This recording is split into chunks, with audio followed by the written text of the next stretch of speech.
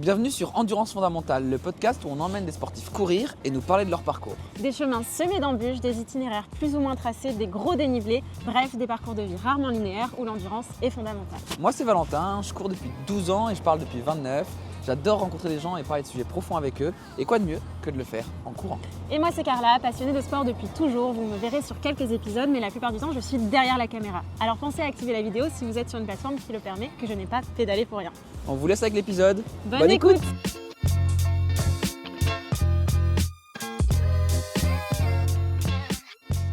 Bonjour à tous, bienvenue dans ce premier épisode d'Endurance Fondamentale, un podcast où on parle de sport. Je m'appelle Valentin et aujourd'hui j'ai la chance de recevoir Manon. Bonjour Manon, ça va? Hello, oui, très bien. Manon, aujourd'hui on va parler essentiellement de toi, de ton rapport au sport, de ta vie avec le sport. Est-ce que tu es prête? Bah écoute, on verra, hein. Et on va commencer très rapidement.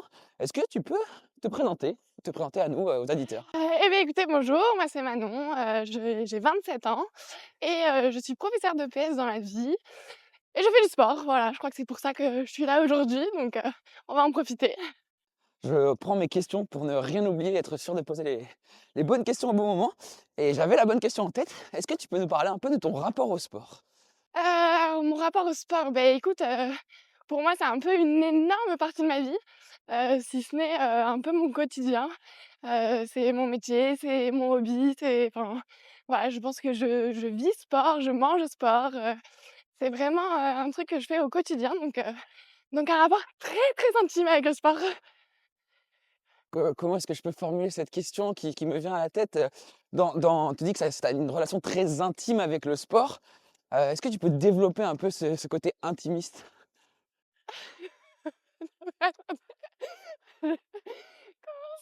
À quel point tu dirais que le sport Bah, mmh, est logique dans ta vie, on va dire? en fait, j'en fais quasiment tous les jours, c'est vraiment un moment que j'apprécie et que du coup je mets en priorité dans mon quotidien. J'organise ma semaine en fonction de mes séances de sport, en fonction de ce que je vais faire et cetera, voilà, c'est dans ce sens-là que je dis que j'ai un rapport assez intime. C'est vraiment une priorité. Et alors par exemple, on va dire un cas un peu concret, tu vas réfléchir à ta journée du lendemain ou le matin même. Comment tu vas mettre le sport en priorité justement? C'est vrai que j'ai assez organisé dans ma vie.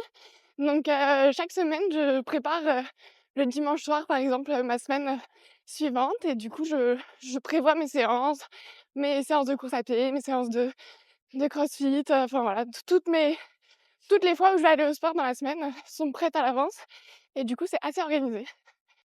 Donc tu as une organisation hebdomadaire, on va dire, au niveau du sport, parce que donc ce que j'entends dans ce que tu dis et pour le coup je le sais un petit peu, mais ça peut être intéressant que tu le rappelles, tu fais de la course à pied comme ce qu'on fait en ce moment même, mais tu fais pas que ça comme sport? Ouais, non, Alors qu'est-ce qu'une semaine basique, on va dire, une semaine lambda, elle est constituée de quoi? je vais aller faire, 3 séances de course à pied, je pense. Je vais aller, on va mentir un peu, 3 fois au crossfit et heu et j'essaye d'intégrer aussi un peu de padel, voilà, 1 fois par semaine, voilà, globalement, c'est ça. En gros, sport d'endurance, sport de cardio et puis sport de raquette. Ouais, voilà. D'accord. Et donc tu as ton volume hebdomadaire, on va dire, et après, ton organisation au quotidien, au jour le jour, tu la façonnes comment? Heu, bah, je travaille. Dès que je sors du travail, j'ai la chance de faire un métier qui me permet d'avoir du temps en dehors à consacrer au sport et sans forcément le faire tard le soir ou quoi et du coup, je m'organise en fonction des jours, soit d'aller courir le matin, avant le travail, soit, d'aller au sport, après le travail. Enfin voilà, c'est vraiment au quotidien, au jour le jour. Ça change tout le temps. J'ai des préférences pour faire du sport le soir, moi, mais ça, je pense que c'est propre à chacun D'accord. et en fonction du planning, je m'organise, pour avoir ma séance de sport dans la journée et pouvoir le faire. D'accord, très bien. Bah, écoute, très, très intéressant. On pourra peut-être y revenir un peu plus en détail tout à l'heure. Je vais enchaîner sur la question suivante. Est-ce que tu peux nous raconter ta plus belle histoire avec le sport? La plus belle histoire avec le sport, c'est dur! Je fais du sport depuis que je suis toute petite, c'est vrai qu'il y a énormément de moments sportifs qui m'ont marquée. Heu, je pense que je vais quand même, revenir sur les JO de Paris. Je pense que malgré tout, même si c'est ce qui me vient en tête parce que c'est peut-être le plus récent, mais c'est vrai que j'ai tellement vécu des choses, incroyables pendant ces JO que ouais, je pense que c'est ce qui va me marquer le plus, dans ma vie. Donc c'est vraiment, toute cette période de Jeux olympiques qu'on a vécu à Paris. Il y a pas forcément un moment, précis, c'est vraiment sur la totalité de la période où, waouh quoi, enfin des étoiles plein les yeux pendant 2 semaines, j'ai eu la chance d'y participer aussi donc vraiment incroyable et voilà. Alors justement, est-ce que tu peux nous détailler un petit peu quel est ton rôle? Qu'est-ce que tu as pu faire pendant cette quinzaine, voire 3 semaines, si on élargit un petit peu? Alors les JO, moi, c'est vraiment quelque chose que j'attendais depuis très, très longtemps. Ok. Donc j'avais vraiment envie d'aller y participer en tant que spectatrice, d'aller voir un panel de sport, le plus large possible et aussi en tant que bénévole. Donc j'ai la chance, je pense qu'on y reviendra après, de travailler, à Roland-Garros dans le milieu du tennis. Hem Et du coup, je voulais vraiment participer à l'édition de tennis de Roland-Garros au plus proche des joueurs et du coup, j'ai postulé, enfin j'ai été Ça bénévole. marche, tout doucement.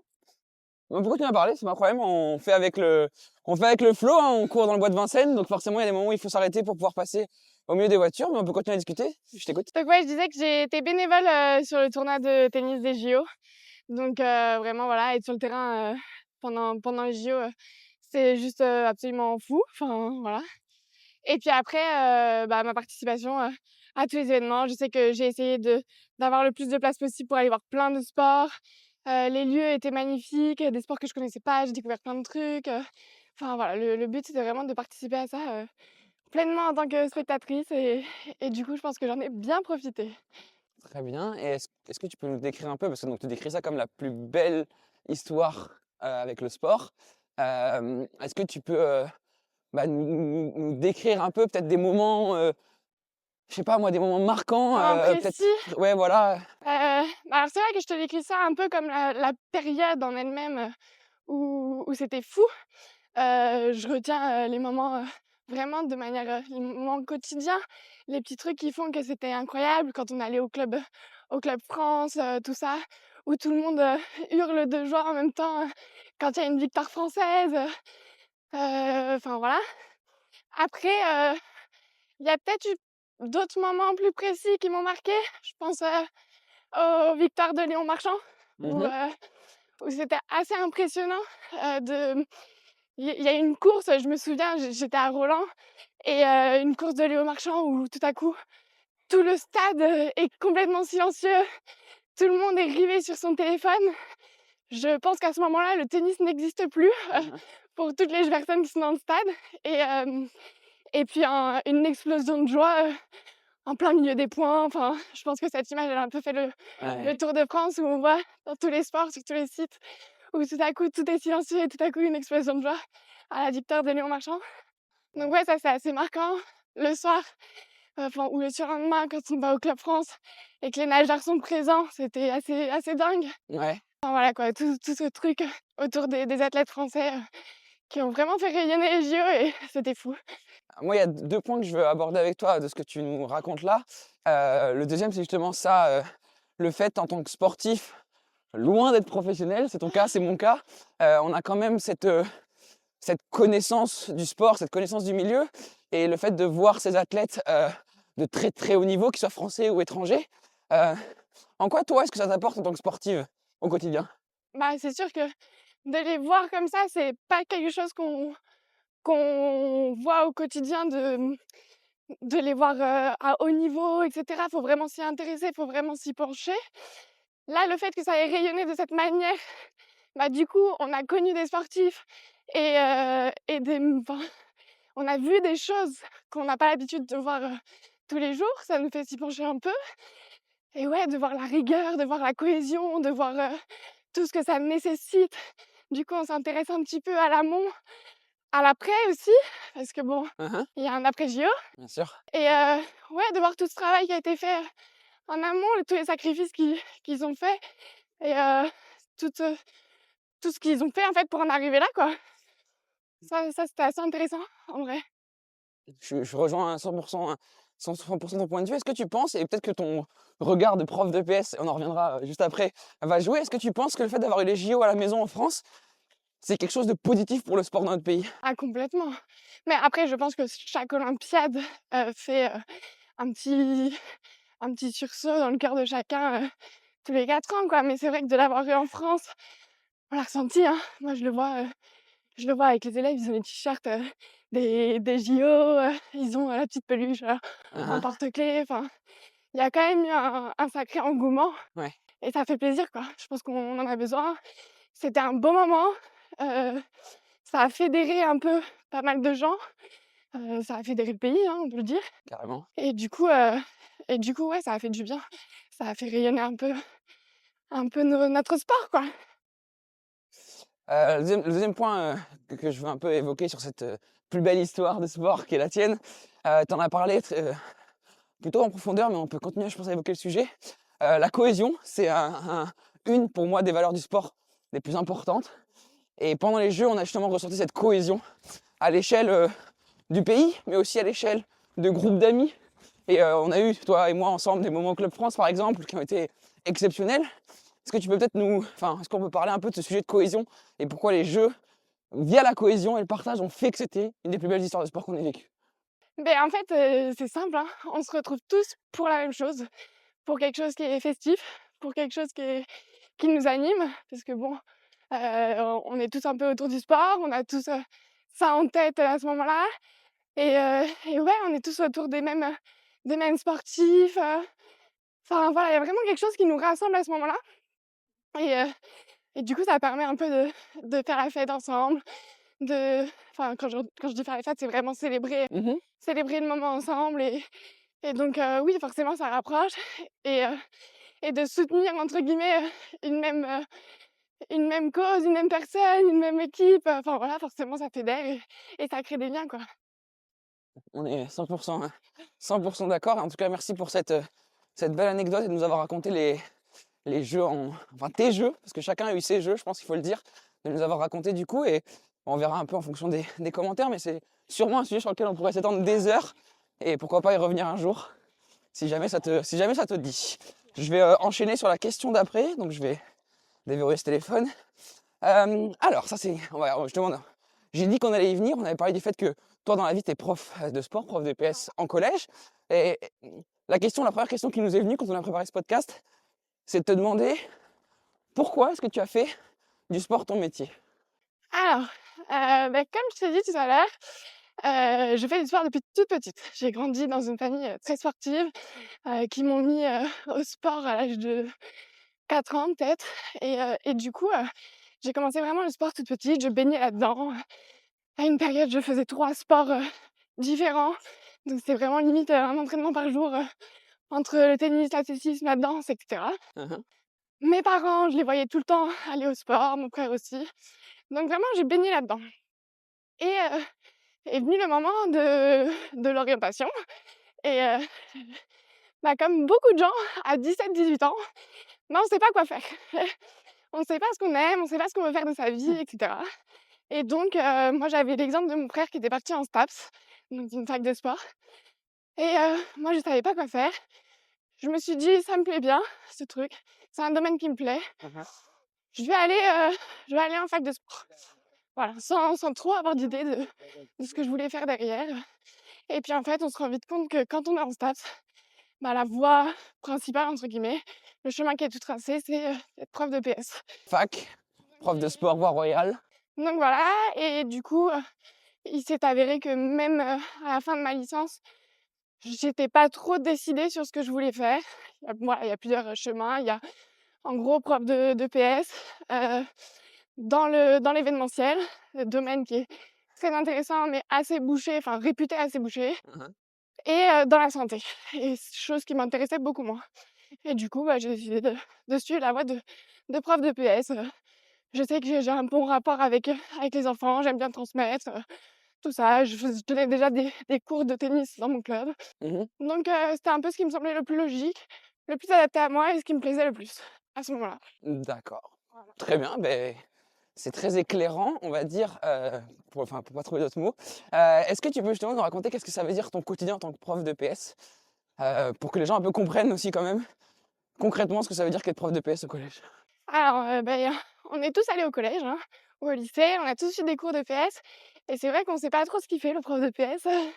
On se demande un peu pourquoi il est là et il tient son sifflet. À part aller faire du sport et siffler tous les 10 minutes. Non, c'est bien plus que ça. C'est plein de... Voilà, moi, mon but, je le dis souvent au quotidien, c'est d'apporter quelque chose aux gamins qui vivent un bon moment et qu'ils aient un bon rapport avec le sport. Voilà. Il y a plein d'enfants qui adorent ça. C'est vrai qu'on n'est pas la matière la plus détestée en général. Au contraire, même. Voilà. Mais il y a quand même des enfants qui n'aiment pas ça Mhm. et qui ne s'y sentent pas forcément bien. Mon objectif premier, c'est vraiment que tous les enfants apprécient venir en EPS. Et du coup, leur faire avoir un rapport assez positif avec cette discipline qui est pas forcément facile pour tout le monde parce que il y a quand même pas mal d'enjeux physiques à l'adolescence, tout ça où c'est compliqué. Il y a pas mal de valeurs à transmettre, on en parlait tout à l'heure avec la cohésion, tout ça. Et donc voilà, moi c'est vraiment là-dedans que j'entends mon métier, c'est transmettre un peu tout ça. Et évidemment, on va pas se mentir, apporter un peu plus de compétences motrices aux enfants. Et donc ouais, Aux gamins, j'allais dire aux gamins, mais c'est les petits loulous, ils le aux savent. jeunes, quoi. Oui, voilà. Et justement, c'est notre question d'après, donc tu as un peu anticipé ce qu'on avait écrit, mais selon toi, et j'aimerais beaucoup que tu détailles, quelles sont les valeurs, tu en as parlé, tu en as évoqué quelques-unes, mais que tu les détailles, quelles sont les valeurs que tu apportes aux gamins, non, aux jeunes, aux enfants, grâce à ton poste de prof de sport? Alors je sais pas si je réussis à les apporter à 100%, mais en tout cas, j'essaye. Tout ce qui est valeurs, tout ce qui est respect, tout ce qui est travail d'équipe, cohésion, solidarité, tout ça, moi, c'est vraiment ce qui me touche le plus, on va dire.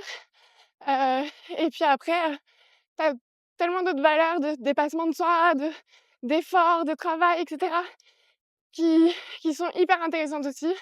Donc ça va être vraiment les deux gros focus que j'aime bien avoir. Moi, un élève qui est pas forcément doué, qui est en difficulté, mais qui se donne à fond, qui est tout le temps présent, qui s'investit, Mhm. moi j'adore quoi. Je me dis, il a tout compris. Il a tout compris et il va y arriver. Il lâche rien, il est courageux, il est ambitieux. Voilà, c'est vraiment tout ça qui m'intéresse. Ce que j'entends dans ce que tu nous dis, c'est que tu as dit, il va y arriver, non, mais c'est pas que dans le sport, c'est dans la vie en général. Des choses qui se retranscrivent, hein. On le sait, hein. Le sport, ça fait partie de l'école de la vie. Hein. C'est vraiment un truc qui se retranscrit au quotidien. Mhm. Voilà quoi. Très bien. Et si je fais la transposition, est-ce que tu penses que toi, quand tu étais au collège, tu as eu tout ça? Est-ce que tu penses que tu as insufflé toutes ces valeurs, justement? Quand j'étais élève au collège. Ouais, justement, quand tu étais à la place des élèves que tu as aujourd'hui. Ouais, je pense. Après, comme je vous ai dit, j'ai fait beaucoup de milieux associatifs, hein, j'étais beaucoup dans les clubs, tout ça. Donc, est-ce que c'est des valeurs que j'ai eues de par le PS au collège ou le sport en club? C'est assez complémentaire. Bien sûr. Mais oui, je pense que c'est quelque chose que j'ai vécu au collège. Enfin, il y a on fait tout un panel de sports, on pratique tout un panel de sports. Et voilà, il y a des sports qui nous apportent plus enfin, c'est comme une recette, hein. On prend un peu plus de travail d'équipe dans ce sport-là, etc. Et donc oui, il y a des sports que j'ai pratiqués au collège et pas en club. Parce que je viens quand même de clubs où j'ai fait que des sports individuels, carrément. Ouais. Et du coup, il y a des trucs que j'ai appris au collège qui m'ont bien servi, quoi. Très bien. Je partage à 100% ton avis. Concrètement, aujourd'hui, les jeunes, les élèves, les enfants, tu les as 2 fois 2 heures? Ça dépend des niveaux. Globalement, je les ai entre 3 et 4 heures par semaine. À ton avis, c'est assez? C'est jamais suffisant. Hein. Mais bon. Non, pour moi, c'est pas assez. Les jeunes, faut les bouger. Les jeunes, ils ont envie de ça, ils aiment ça. Voilà, le sport, c'est la santé. Hein. Comme on dit, et par santé, j'entends pas que physique, Bien sûr. mais aussi mental. Et on le voit, hein, quand ils rayonnent en train de faire du sport, la réussite dans leurs yeux quand ils arrivent à faire un truc qu'ils n'y arrivaient pas avant, qu'ils débloquent, qu'ils ont un petit déclic, etc. Enfin, tout ça, quoi. Donc oui, non, c'est jamais suffisant.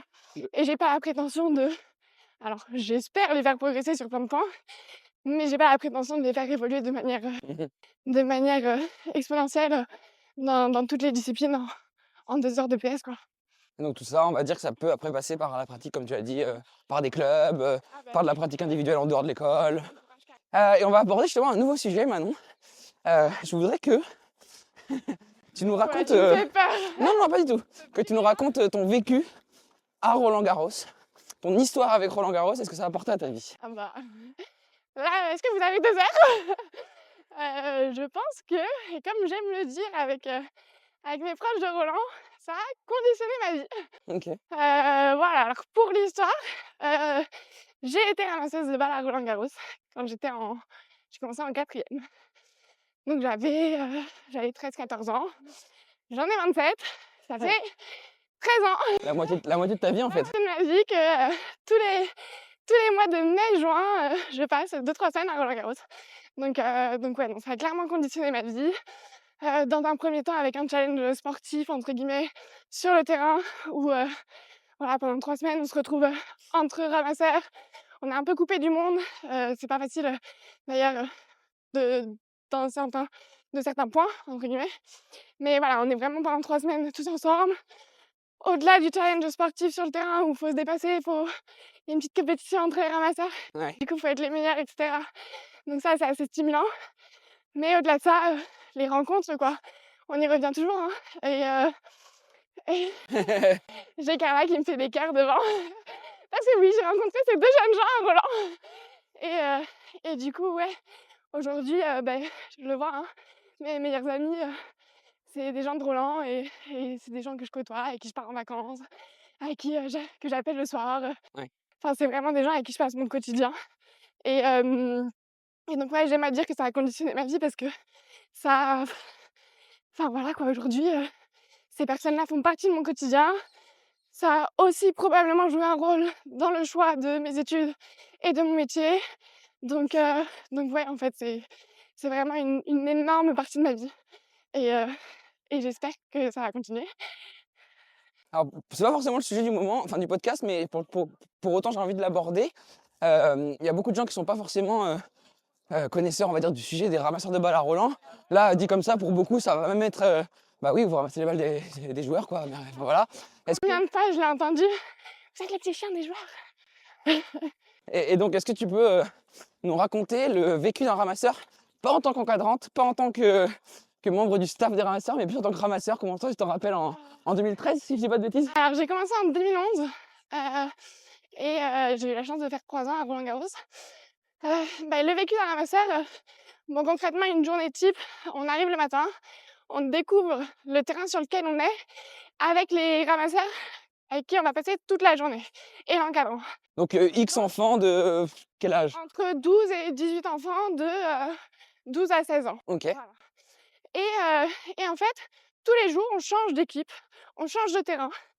Et du coup, ça nous permet tous les jours de passer une journée complètement dans une bulle avec une douzaine d'autres ramasseurs qu'on apprend à découvrir. On est 250 en tout. Donc en fait, des fois, même au bout de 2 semaines, on arrive le matin et on se retrouve dans une équipe où on connaît personne. Et du coup, c'est hyper intéressant parce que on va sans arrêt être avec de nouvelles personnes. Enfin, on va déjeuner avec eux. Vraiment, on passe la journée en équipe ensemble. Et après, une fois qu'on est sur le terrain, il y a certes une petite compétition entre nous parce qu'on veut être meilleur, entre guillemets, pour pouvoir accéder au plus grand cours. Et du coup, accéder au Graal qui est la finale. C'est quand même le but de Il y a quand même une compétition. Il y a une compétition, mais dans la journée, ça se ressent pas. C'est-à-dire qu'on est vraiment en équipe, on est vraiment en train de partager l'expérience ensemble, de kiffer ensemble. Voilà, donc c'est vraiment ça qui nous lie, quoi. Et donc oui, malgré la compétition, on est en équipe, quoi. D'accord. Et au-delà de ça, je pense qu'on va... Je sais pas si je me suis éloignée de la question. Non, pas du tout. Je vais juste poser une dernière question sur le sujet et après on va passer au sujet d'après. Mais donc au-delà de Roland-Garros, le tournoi en lui-même, on n'arrive pas à Roland-Garros comme ça en claquant des doigts, j'imagine. Eh non, ce serait bien. Alors moi j'ai fait un chèque. Non, c'est une blague. Non, alors il y a des sélections, des stages de formation, c'est assez périlleux pour y aller. En gros, dès l'enfant, en fait, du tournoi de Roland-Garros précédent. Il y a les sélections qui s'ouvrent. On part, enfin, je dis on parce que maintenant je fais partie de l'équipe d'encadrement, mais il y a une tournée qui est faite de sélection. Allez, je vais dire, il y a 4 000, 5 000 inscrits maintenant. Enfin, il y en avait un peu moins à l'époque, mais voilà. Et donc des sélections qui sont faites dans toute la France. On part dans chaque ligue de France. Et ensuite, à l'issue de ces sélections, il y a il y a un stage de formation qui a lieu. À l'issue de ce stage de formation, il y a une nouvelle sélection qui se fait pour arriver à nos 250, 280 ramasseurs. Un sacré parcours quand même, mais enfin, on va dire que la récompense, le jeu en vaut la chandelle. J'en envoie la chandelle, ouais. Ça en vaut la peine. Et aujourd'hui, donc 13 ans plus tard, comme tu l'as si bien dit, tu referais tout pareil? Je fais tout pareil, sans rien changer.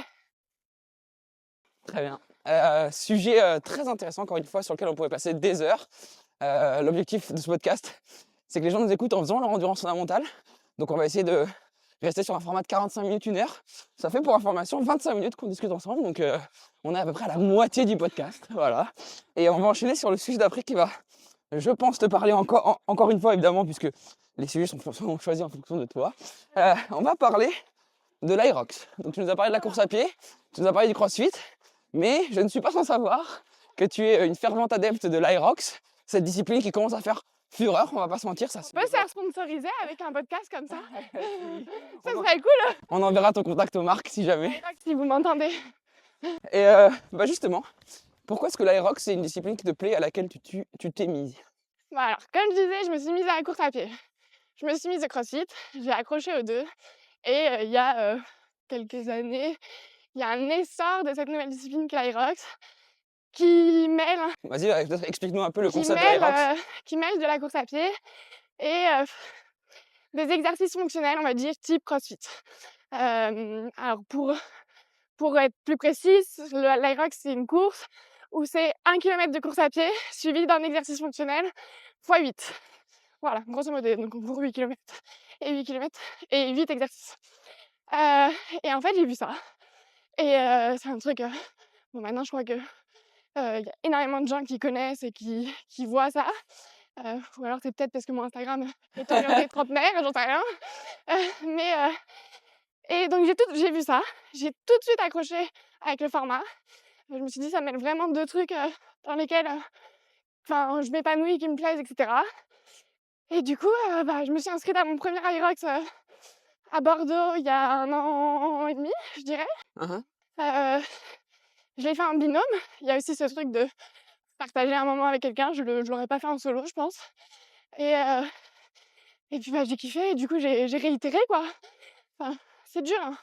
J'ai souffert, hein. Mais putain, ce que j'ai aimé. Donc ouais, non. C'est vraiment un truc qui me correspond bien.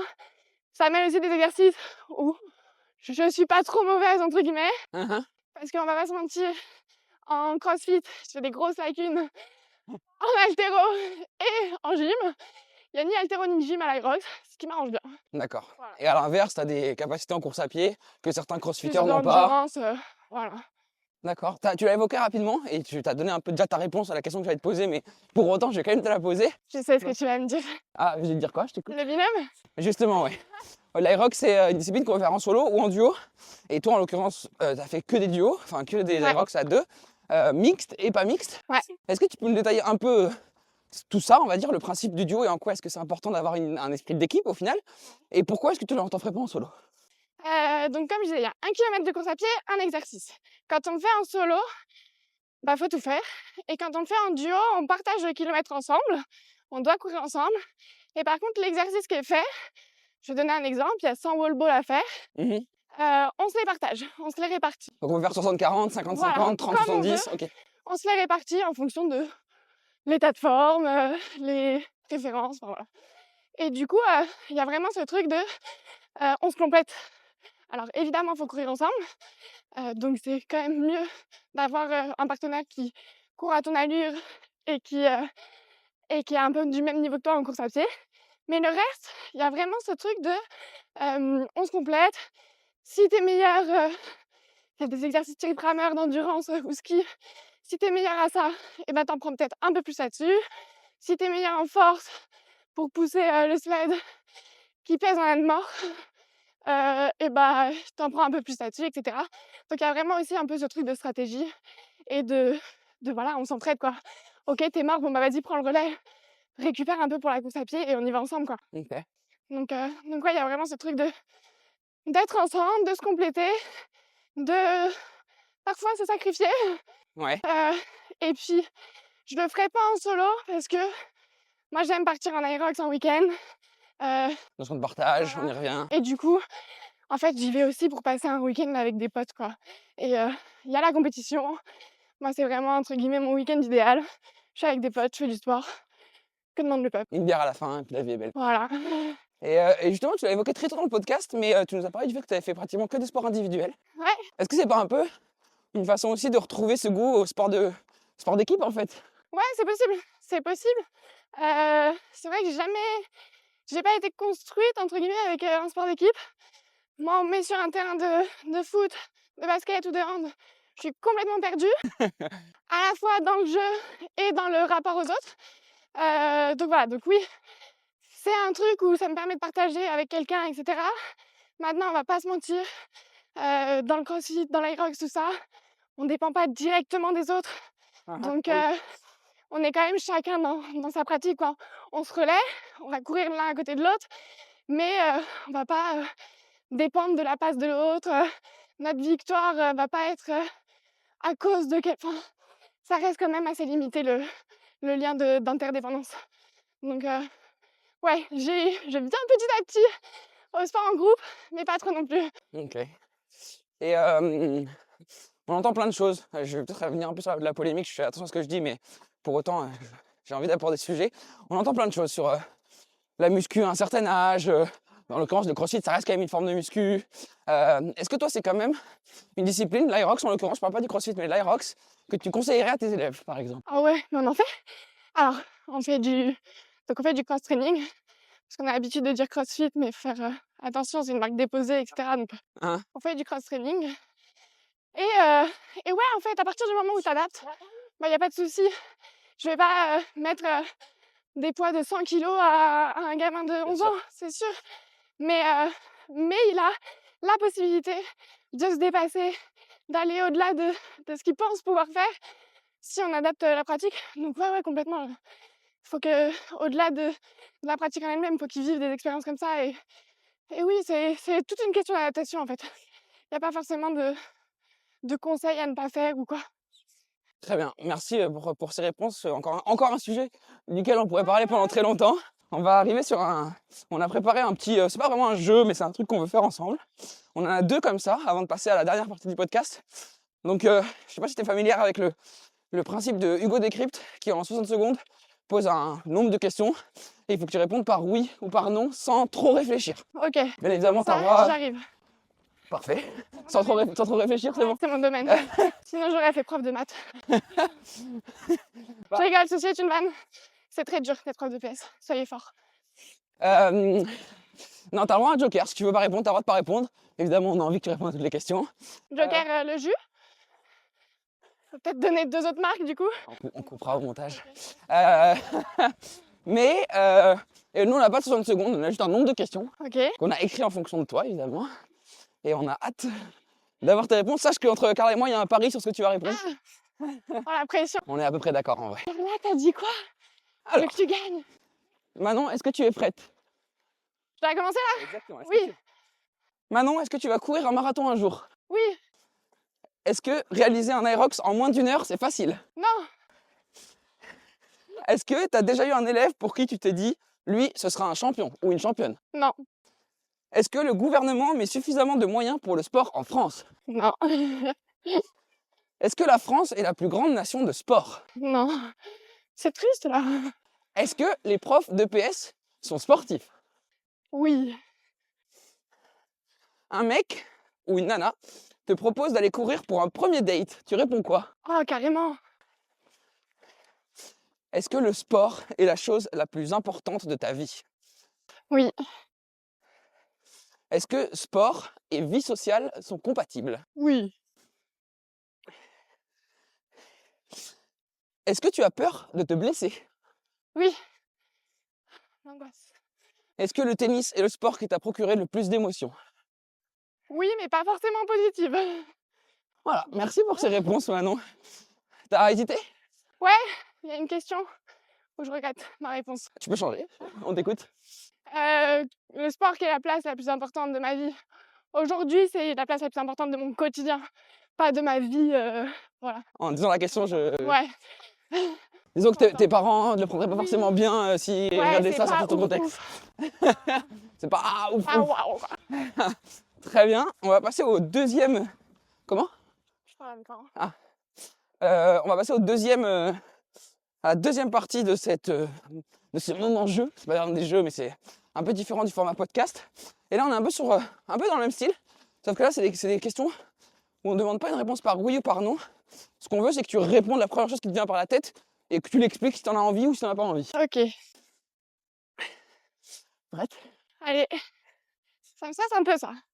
Alors, si tu devais choisir une marque qui te sponsorise, mais tu ne peux porter que cette marque pour toute ta vie, quelle marque choisirais-tu? Là, je suis pas venue avec la bonne paire de chaussures. Euh, je crois que j'aime bien On quand même, hein. Ouais, oui, car là, on est ensemble. On Ouais, On Running, ouais, c'est vraiment pas mal. Ça devient de mieux en mieux. Et franchement, depuis que j'ai testé pour courir, enfin, je suis sur un nuage. Ça aussi, vous pouvez le retenir. On, si vous m'entendez, je fais votre pub. On, si vous nous entendez, n'hésitez pas à venir sponsoriser Endurance Fondamentale, le podcast qui parle de sport tout en courant. Voilà. Quel est le sportif ou la sportive, pas forcément professionnel, que tu as rencontré qui t'a le plus impressionné? Que j'ai rencontré, avec qui j'ai pu discuter ou... Pas forcément avec qui tu as eu une interaction quelconque, on va dire. Non, mais c'est très biaisé. Mais je suis une grande fan de Roger Federer. Donc forcément, quand j'ai été ramasseuse et que j'ai été sur son terrain, enfin, c'est impressionnant. J'étais une gamine de 15 ans. Je vois mon idole devant moi, je lui donne la serviette. Enfin, c'est tellement les yeux. Donc ouais, Tu peux le décrire? c'est bête, hein. C'est très très bête, hein. Non. Mais d'être à 1 mètre de cette personne que t'admires, enfin, qui te fait vivre des émotions de ouf dans le sport, de savoir que toute la population qui est derrière lui, etc., et que toi, tu as la chance d'être à 1 mètre et de lui, voilà, d'avoir un contact visuel avec lui. Waouh, quoi. Est-ce que tu peux me décrire la première fois que tu as donné la serviette à Roger ou la première fois que tu lui as donné des balles? Je vais te décrire la première et la seule fois où je l'ai fait. Ok. Parce que malheureusement, j'ai pas eu la chance de le faire souvent. Enfin, j'ai déjà fait une fois, donc c'est très bien. C'est déjà beaucoup. Mais, et en fait, c'était ouf. On se battait pour être du bon côté de la serviette avec mon binôme et pouvoir lui donner, etc. Et ouais, bah, moi, je ressentais des frissons. Enfin, voilà, je vivais un rêve. Je pense que lui s'en fichait complètement. Et ça se voyait d'ailleurs. Il était dans son match en fait. Ouais, c'est malheureusement pas le joueur le plus expressif, hein. Voilà, mais de mon côté, ouais, comme je te dis, t'as envie de tout faire bien. C'est un peu plus stressant que quand tu fais sur d'autres joueurs parce que bah, c'est ton idole et que tu te dis là, faut pas que je me loupe, quoi. Faut que je vive ce moment à fond et de manière hyper intense parce que ça se reproduira peut-être pas, quoi. Donc ouais, plus dans ce côté-là, quoi. C'était en quelle année? C'était en 2012. Très bien. Alors, question d'après. Un marathon doit être couru demain et impérativement fini. À qui demandes-tu de le courir? À toi? Et à part moi? À qui je demande de le courir? Franchement, ça doit être quelqu'un de connu ou Non, quelqu'un que toi tu connais. que moi je Dans ton connais et cercle. avec qui je le partage? Oui. Tu peux de le C'est courir pas le marathon? forcément moi. Tu peux, si tu veux, ça peut être toi, ça peut être à deux, mais il faut que tu aies quelqu'un où tu es sûr que cette personne va le finir. Il y a tellement de personnes. Je pense que c'est vraiment une question de mental. Je vais faire un petit peu la Fayette, mais je suis sûre que Karlisha, tu vois, elle en serait capable. Notre monteuse, en fait, c'est tellement dans la tête, c'est tellement un effort qui te fait te dépasser. Peu importe l'allure, si tu as décidé d'aller au bout et que tu as le mental, bah tu vas au bout. Et Ouais. je pense que, tu vois, Carla, typiquement, ça, et elle me l'a prouvé d'ailleurs ces dernières semaines, Je suis assez d'accord avec ça. ça ça s'adapte complètement, quoi. Elle fait la modeste devant, mais Voilà. au bout de quoi, 6 mois de course, elle court un semi-marathon. Voilà. C'est quand même assez Juste, impressionnant. juste parce que mentalement, elle y va, quoi. Ouais, Après, bon, il y en a plein, enfin, il y a du monde qui peut le faire tant qu'il n'y a pas d'objectif d'allure. non, mais c'est la réponse du cœur, elle est belle, je l'apprécie fortement. On enchaîne. Si tu devais commencer un sport de zéro aujourd'hui, tu choisirais quel sport et pourquoi? De zéro, je pense que je partirais sur du volley. Ok. Trop bizarre. Mais je sais pas, ça me plaît. Ça va vite. C'est un sport qui me correspond. Il y a un filet. Je m'y retrouve. Je suis grande, donc ça aide. Il n'y a pas de contact. Il y a une équipe. Ouais, du volley, ça me plairait bien. Très bien, merci pour cette réponse. C'est quoi le sport avec lequel tu aurais le plus de chances de participer au JO? Un sport à la con qui n'existe pas encore. Comment ça s'appelle le truc canadien là qui veulent tous Le lacrosse?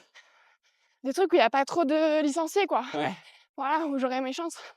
Ouais, ça. J'irai m'entraîner au Canada.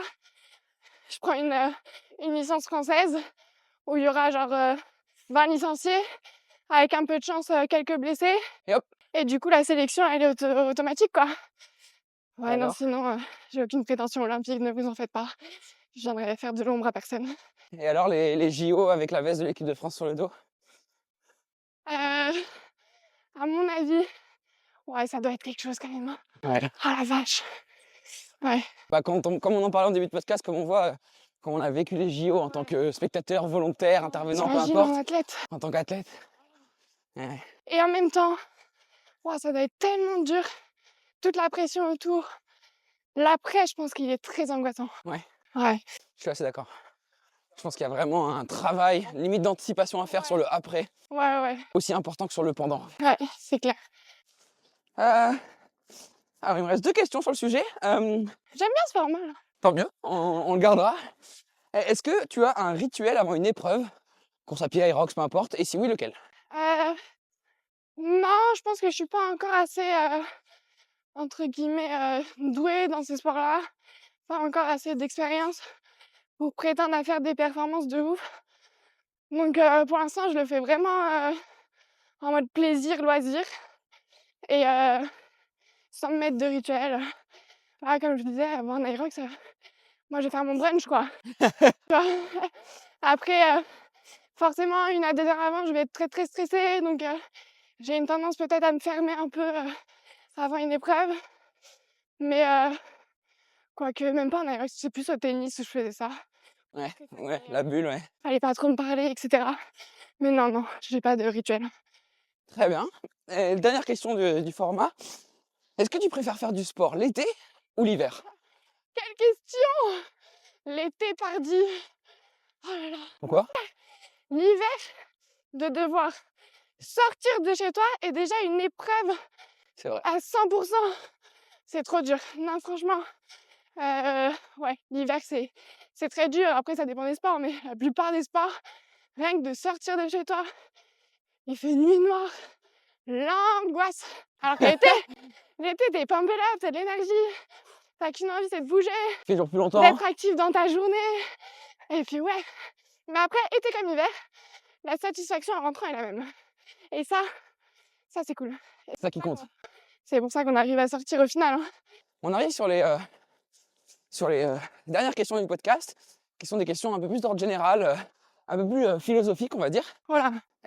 Sans te demander de philosopher, Ouais. ce qu'on va te demander, c'est vraiment de prendre le temps de réfléchir à ta réponse pour qu'on puisse avoir une réponse un peu profonde qui, on sait, est quelque chose que tu maîtrises à la perfection.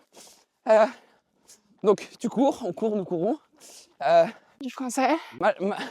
Malgré le plaisir de la course à pied, il y a un peu une notion de fuite dans la course à pied. Et nous, on se pose la question, Manon, qu'est-ce que tu fuis? Waouh. Ah ouais, là, on est vraiment sur la philo. Là, je me laisse du temps, hein, clairement. Qu'est-ce que je fuis? Je pense que je fuis l'ennui, premièrement. Je fuis. C'est plus après quoi je cours en fait, plutôt que qu'est-ce que je fuis. Alors, anticipe pas trop les questions. Ah, pardon. Je rigole. Mais si tu veux, on peut partir sur cette question parce que la Ouais. question d'après, c'est que tu cours après quoi? Ouais, bah je cours plus après mon bien-être. En fait, je suis arrivée à un stade où quand je sors faire du sport, ça me procure un bien-être de fou. Et je suis trop satisfaite après. Au-delà du principe purement physique, chimie, je sais pas quoi, là, adrénaline et tout. Mais la fierté d'être sortie, d'avoir pris l'air, de m'être dépensée, d'avoir fait un effort, c'est plus ça en fait. La satisfaction et la fierté d'avoir fait ça. Super, trop bonne réponse, ça me va. On a fait 2 questions en une. Mais en l'occurrence, c'est intéressant parce qu'il y a des gens qui fuient quelque chose, d'autres qui courent après quelque chose, Ouais, d'autres qui font après, les deux. je pense que quand j'ai commencé, t'as raison, c'était peut-être un petit peu plus en fuite, où justement je me sentais peut-être un peu moins bien, j'avais pas trop d'énergie, il y avait plein de trucs où je me sentais pas forcément légitime et tout. Et du coup, peut-être, ouais, plus fuir tout ça. Et du coup, bah maintenant, en fait, ces objectifs-là ont été dépassés et je suis passée à autre chose. J'ai switché du négatif au positif et maintenant, c'est vraiment... Voilà, je fuyais et maintenant, je poursuis. Très, très belle phrase, on la notera. Dernière question, où est-ce qu'on peut te suivre si tu as envie qu'on te suive? Me suivre sur Strava. Je pense qu'on est dans le thème. Et après, bah, sur les réseaux, c'est ça que Ouais, tu si me t'as demandes? envie, t'es pas obligé. Ouais, non, vous pouvez m'ajouter sur Insta avec plaisir. On va dire ça à tes Pas élèves. les élèves. Les élèves, je vous vois, je vous ajoute pas. Plus tard peut-être, mais... Bon, bah écoute, c'était une très belle sortie d'endurance fondamentale. Pour information, on a couru 1 heure pour un podcast qui dure à peu près 50 minutes, je pense, à la fin. On aura couru 9 km. Donc, une belle sortie en endurance fondamentale. C'est la fin de ce podcast. Merci Manon d'y avoir Bah, participé. merci beaucoup. On a hâte que tu l'écoutes et que tu te réécoutes te raconter tout ça. Oh l'angoisse. Et puis on se retrouve très vite pour le prochain épisode d'Endurance fondamentale.